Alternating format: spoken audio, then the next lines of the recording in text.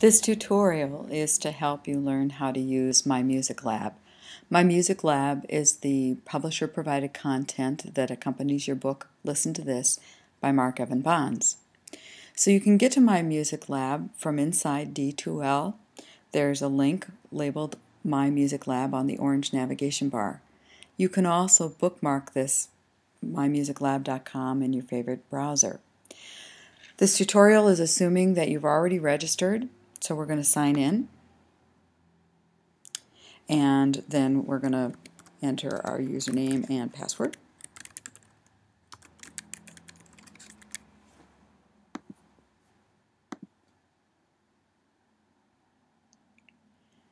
Now you may have other publisher-provided content from Pearson, in which case it's all going to show up over here, but we're looking at Intro to Music. So we're going to click on that.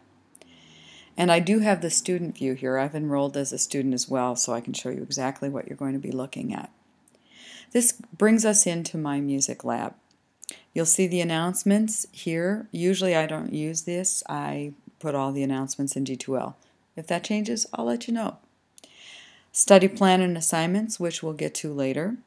E-Text and chapter audio. I'm going to start this going right now because it takes a while to load, and then we'll come back to it.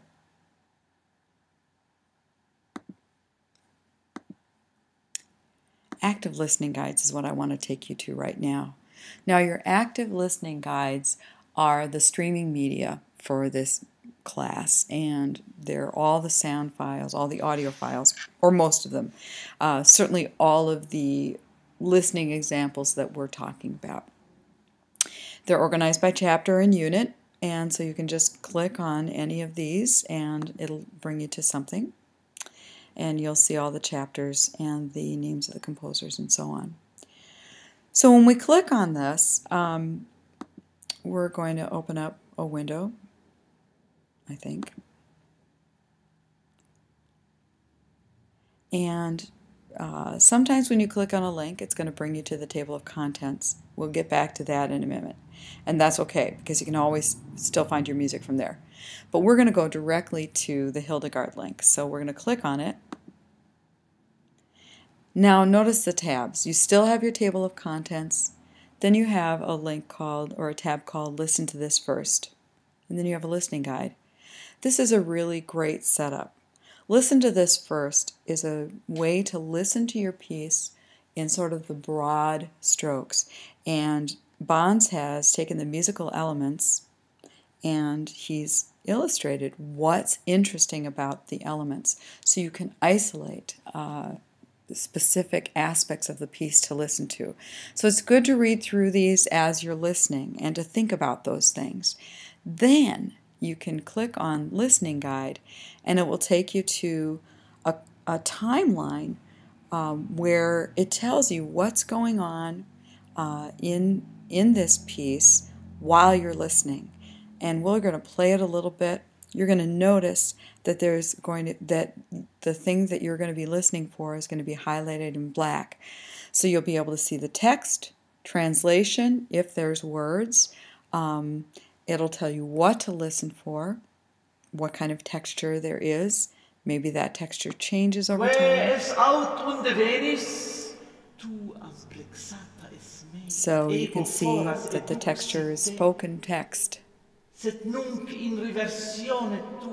Pause.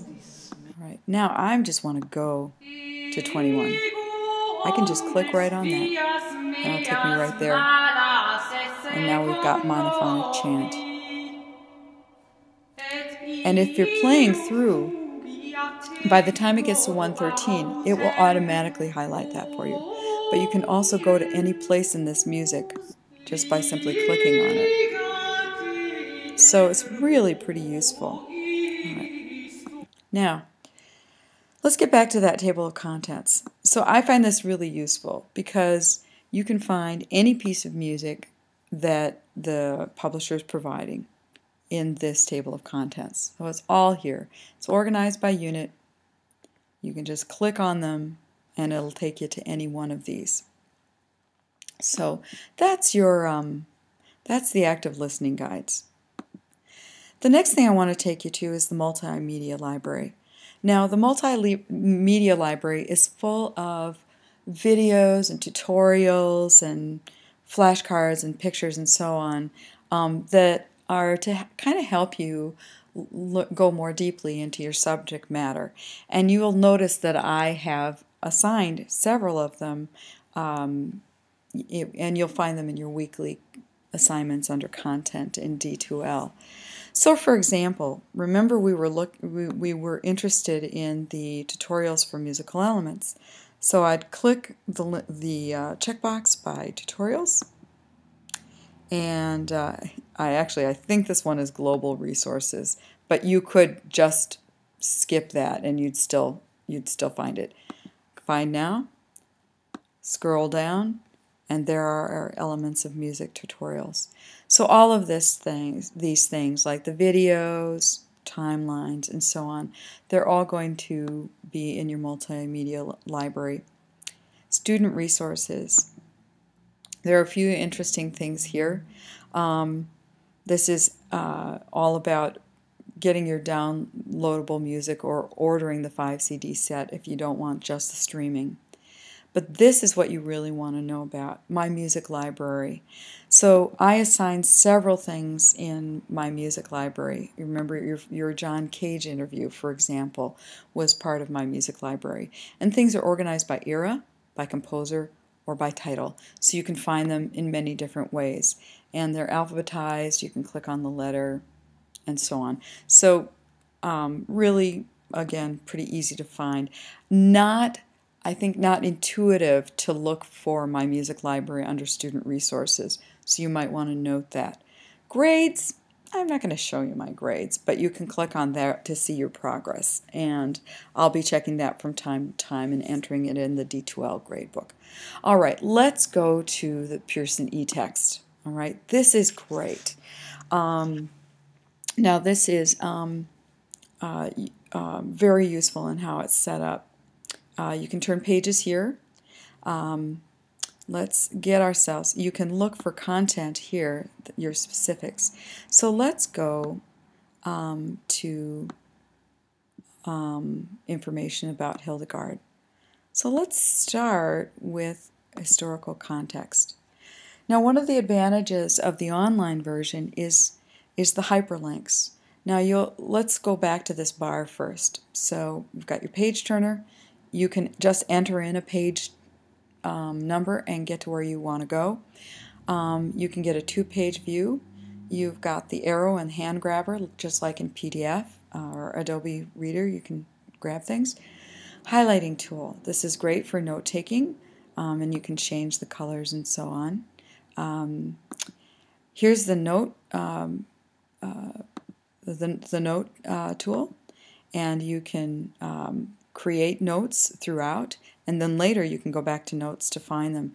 So for example, if you found something in your text that linked to something in class, and you wanted to connect the two, you could write a note, then you'd have it later, you could find it.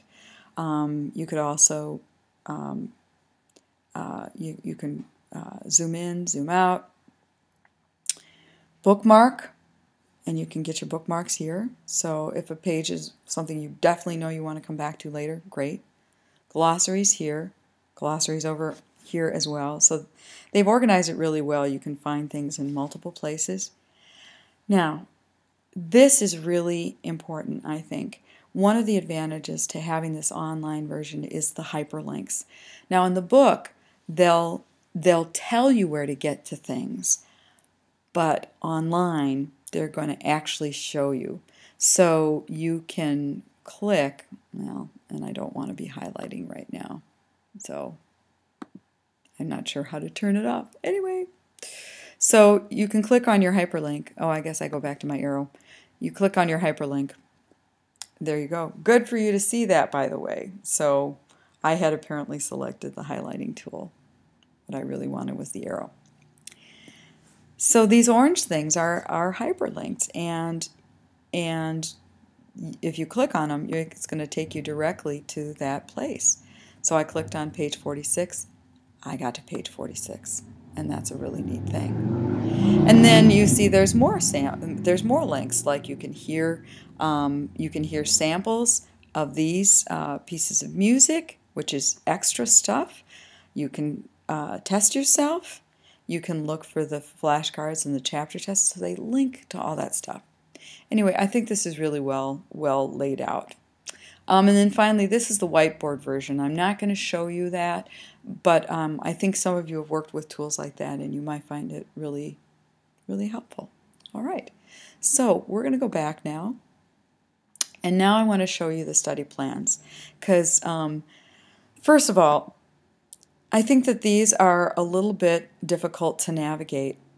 They're not laid out in what I would call a really intuitive thing. What I would hope for you is that you could simply go straight to your study plan and everything that I had assigned would show up.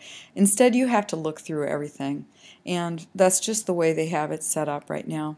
So you know that I have assigned content in the Middle Ages, so you have to go to Middle Ages, and then we've assigned Chapter 1 for sure, so we're going to click on that, and you can see learning objectives and key concepts have been assigned, as has the study plan. So let's take a look at the learning objectives. Now here for the learning objectives, you're going to see these are the things that by the end of getting through that chapter and all the materials that accompany it, these are the things you should know. Just like the way I usually try to start classes, where I say, okay, pencils flying, let's talk about what we're going to learn this week.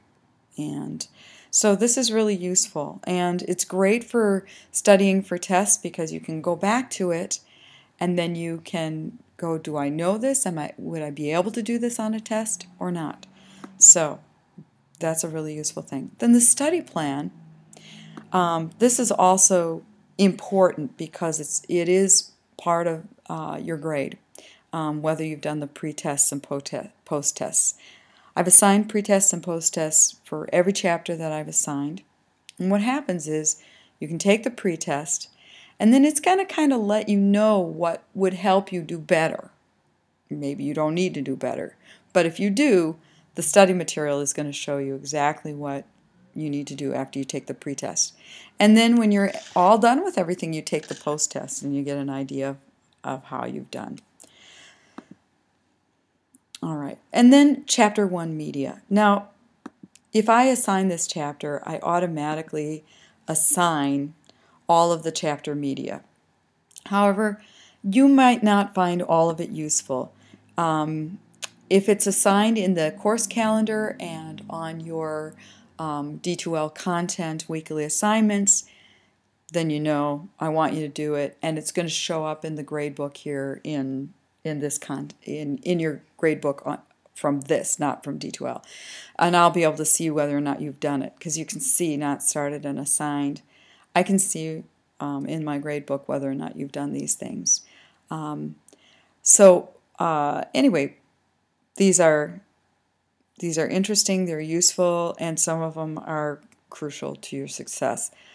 In particular, I love these connect your playlists. So if you listen to something in this class and then you go, whoa, you know, that's interesting. What else can I find about it? So you can see your media assignments, and you can get your media links here. This will show you exactly where to get stuff. So anyway, that's how that works. So let's go back to the main page. That's the end of this tutorial.